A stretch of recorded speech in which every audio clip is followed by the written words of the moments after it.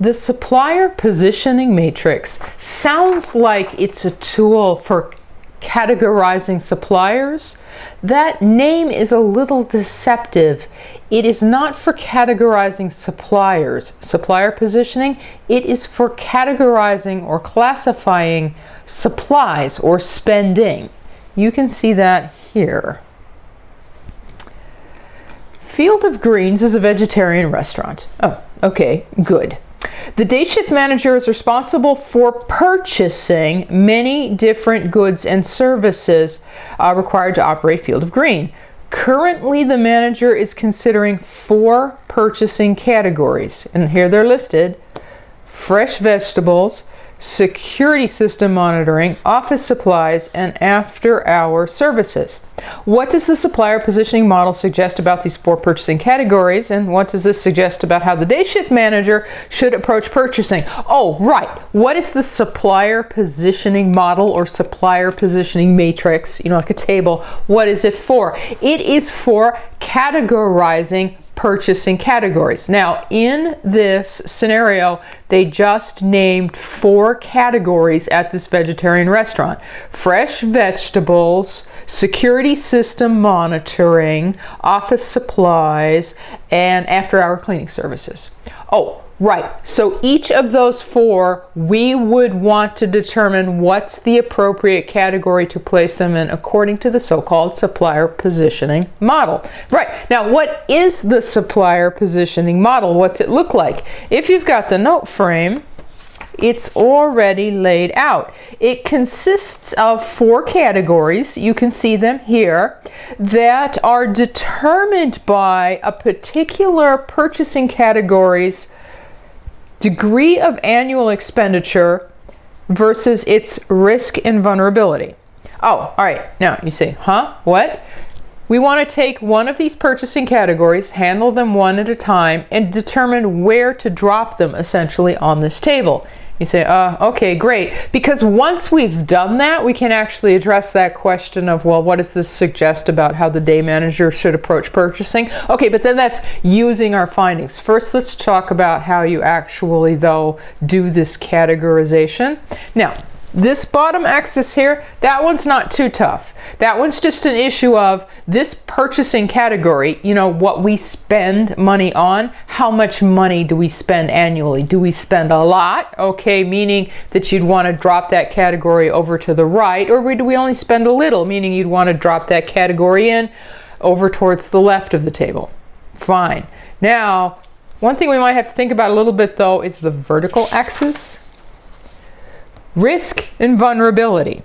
All right. What makes a purchasing category risky? Well, this can vary from one context to the next, but you know what we're looking for here? Is we think for a certain purchasing category, if we were to rely on somebody to supply us whatever's being purchased, and suddenly for whatever reason, we don't need the reason, they suddenly stop supplying us. They just got mad at us and they stopped supplying us. How big a problem would that be? Would it be a problem for a few hours? Would it be a problem for a whole day? Would it ruin the business instantly? This is a good measure of risk and vulnerability. Because, okay, and this is something else you can look for. If you're talking about buying something that you definitely need, but you can get it a lot of different places, that generally indicates a lower risk item, meaning you would drop that category lower on the table. But if you're talking about purchasing something that's very specialized, that you're going to really be relying on somebody else to supply to you, this is obviously higher vulnerability. There is another form of risk in purchasing that we might also want to consider. If we are purchasing something, usually not necessarily good, more like a service, but I guess it could occur in either case. If we're purchasing something that we need to share very sensitive information with the supplier in order to gain it, they basically need access in a certain sense to our inner system or whatever, then this is obviously higher risk. That's something else that you could look for. Oh, all right. Now, I think the best thing to do is just practice. So let's pick one of these categories. First one up, fresh vegetables. where to drop it here on the table. Okay, well, this is a vegetarian restaurant, correct? So in terms of annual expenditure, I would hope that they spend quite a bit on fresh vegetables, meaning that we're going to want to drop fresh vegetables, that category, over here towards the right. Question is where do we position it vertically? Okay, this is, let's think about this, a vegetarian restaurant. Now, you're thinking to yourself, oh yeah, but you can get vegetables like a lot of different places, right? The supermarket, so isn't that lower risk? Okay, this is not a perfect categorization scheme, but think about it. This is a vegetarian restaurant, okay? So they're at the core of their actual product is this major material. That is something else that you could look for, right? They're going to be buying a lot of it, and it's critical that it's of good quality because that's all they do. They're a vegetarian restaurant. This is pushing it up higher on the list. Now, it's true in this note frame. I mean, we're not given like a whole lot of additional information about what's going on with Field of Greens, but I think it's pretty safe to assume that we really wouldn't want to call fresh vegetables low risk and vulnerability. I mean, their entire menu relies on it. So to the right and towards the top means that we have just dropped that particular spending category. They're purchasing of fresh vegetables in the so-called strategic critical category. You say, oh, all right, what's that mean? Well, hang on to that thought. First, let's just do the other four, because the next one, security system monitoring. All right, so they have a security system at the restaurant, and what we're talking about is the service in which they actually maintain that system, and they monitor it after hours, and they act upon any signals that they receive. Oh, all right. Now, compared to what they spend on the raw material for their menu, I would think that security system monitoring is going to be a lesser expenditure. It's going to be somewhere over here to the left in terms of annual expenditure. Now, wait a minute, where to drop it in terms of risk and vulnerability? Security system monitoring, it's true that we don't know exactly the details of what it is that they're securing, but security system monitoring in general would be a good example of a purchasing category. It's a service, but it's still purchasing. A purchasing category that's relatively higher risk because of the nature of what is being established here, security for the business. If the security system monitoring firm were to abruptly quit, this is more of a gap in service than in some other cases. So I'm building an argument for we should locate it higher on the table. There's no firm rule that says this, but you know, generally speaking, for a lot of businesses, if you're talking about an IT and information technology related service to the business, that very often gets categorized as higher risk automatically, just because interruption of it, first off, is very disruptive. Second, implies that somehow the disruption may involve a direct access to sensitive parts of your system. Anyway, you just don't want to call it low risk. So, okay, so I'm spinning more to the story really, but I'm building an argument for security system monitoring. It's not hard to imagine. That is, and see, it's called security, the strategic security category. Now we have two others to do. Office supplies. Okay, let's think about this. They're a restaurant. It's true, we don't have details on what they're doing, but do you really think that they spend lots and lots of money on office supplies each year? I would hope not, right? So that is a natural sort of placement more to the left on this particular table. And then we think, okay, but up and down, where do we place office supplies? Is office supplies for a restaurant? Is there office supplies, pens, pads of paper? Is that really a high risk supply chain relationship? The answer is no. We don't even really need to know a lot of details about what they're doing. Office supplies, I'm sure you find a good source that you're happy with, but if they close down, burn down, or disappeared tomorrow, there's a lot of places you could run out and quick buy some more paper, some more pens and pencils. So office supplies very naturally fall into the category of, right, tactical acquisition. And then we have one other one to classify, I wonder where it's going to wind up, after hours cleaning services. After hours cleaning services, now, we don't have a lot to the story, but I am picturing a small business, a restaurant. After hours cleaning services is going to have to be done every day, right? You're hiring somebody to come in after you close and to completely clean the place. That means that you're definitely going to be spending more money on that than on office supplies. I mean, it's higher spending. I can imagine that it would be a significant category of spending, meaning, all right, more over to the right, but then risk and vulnerability. Well, you might be arguing, no, wait a minute, after hours cleaning, don't you have to let them into your business after hours? And isn't that kind of like, it's like a form of risk? You know, hey, well spotted. There's a small argument for that.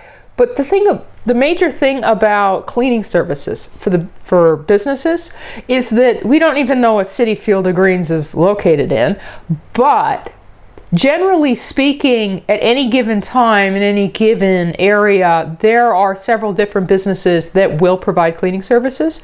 So even if Field of Green's absolute favorite after-hour cleaning service suddenly left town and disappeared, they could do the cleaning themselves temporarily. There's another sign of, mitigating risk.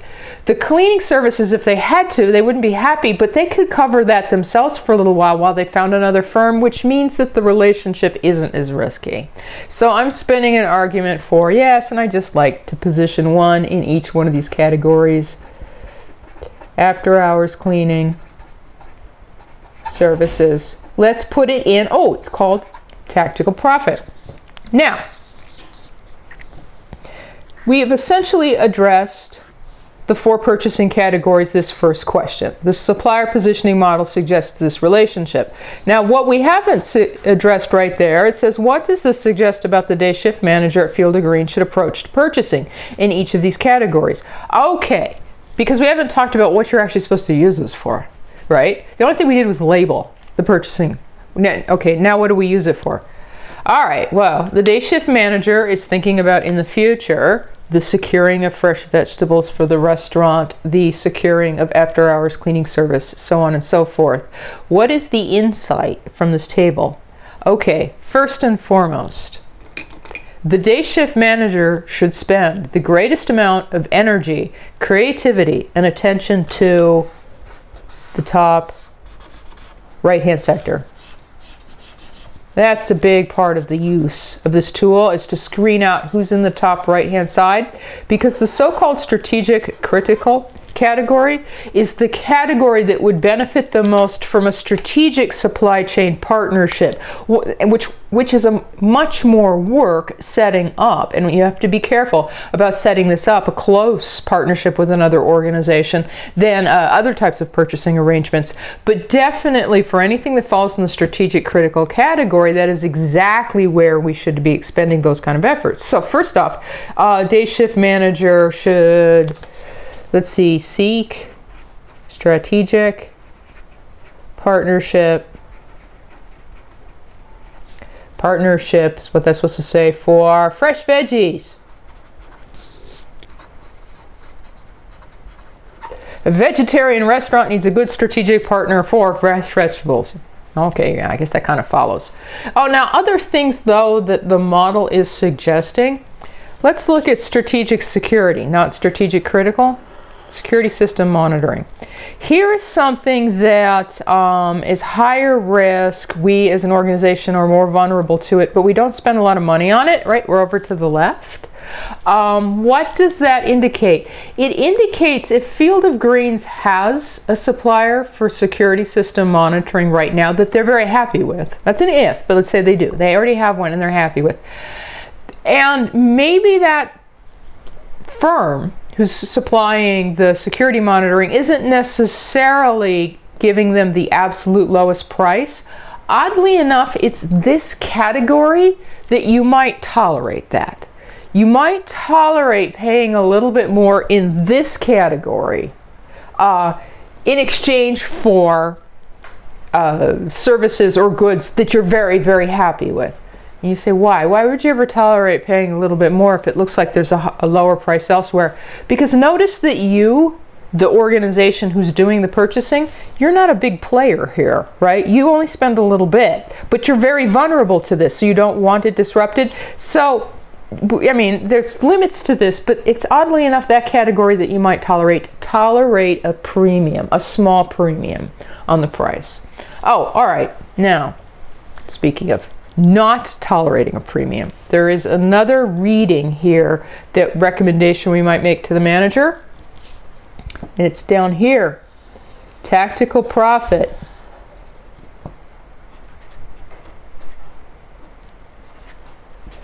Put out to bid. Perhaps a suggestion to the manager. Once you have categorized your purchasing, anything that is falling in the so-called tactical profit category, okay, important clarification, that is something you spend a lot of money on, meaning you'd be a very attractive account for another business, and yet the risk, remember that issue of risk, is fairly low, meaning that if you were to switch providers, it's not likely to stress your business too much. That places you actually realistically in a good position to seek the lowest bidder, to try to get the best price through negotiation, right? By taking several different bids in that particular category. That's a very, very good opportunity.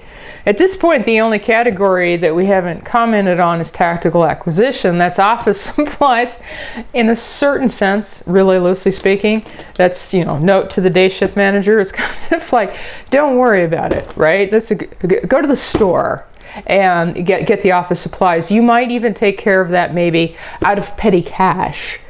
Because one, you don't spend that much on that. That's why it's over to the left. And two, it's very low risk. There's like lots of places apparently you can get it, right? It's very low down, which means that with your limited time and limited energy devoted to developing good purchasing policies for the businesses, you absolutely, definitely don't really want to be obsessing about that particular category.